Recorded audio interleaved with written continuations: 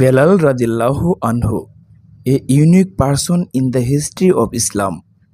তার বাড়ির উঠোনে অদূরেই খেলা করছিল তার ফুটফুটে দুটি সন্তান, বিলাল এবং গুফায়রা। হঠাৎ করেই দিগন্ত জুড়ে দেখা দিল ভয়ানক ধুলোর ঝড়। ঘোড়ার খুর ছুটিয়ে এগিয়ে আসতে লাগলো একদল ভয়াল ধর্ষণ অশ্বারোহী। বিপদ টের পেয়ে হামামা চেষ্টা করেন তার দুই ছেলে মেয়েকে লুকিয়ে রাখতে, তবে শেষ রক্ষার হলো না। ডাকাত দল তার দুই সন্তানকে অপহরণ করে নিয়ে গেল হাজার মাইল দূরের মরুময় এক নগরীতে, আর তাদেরকে দাস হিসেবে বিক্রি করে দিল আরবের মক্কা নগরীর বিশিষ্ট মূর্তি ব্যবসায়ী উমাইয়া বিন খালাফের কাছে।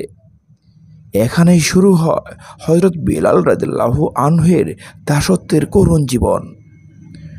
নবী সাল্লাল্লাহু আলাইহি সাল্লাম যখন তার নবুয়তের কথা ঘোষণা করা শুরু করেন এবং এক ইলাহ অর্থাৎ আল্লাহের বাণী প্রচার করা শুরু করেন, বিলাল রাদিয়াল্লাহু আনহু তখন থেকে অবতীর্ণ সকল আয়াত মনোযোগ সহকারে শুনতেন এবং অত্যন্ত মেধাবী সাহাবী সাথে সাথে আয়াতগুলো মুখস্থ করে ফেলতেন।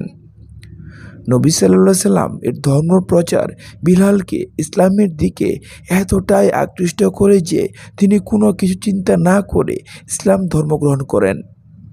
সর্বপ্রথম ইসলাম গ্রহণকারী কয়েকজনের মধ্যে একজন হয়ে ওঠেন তিনি।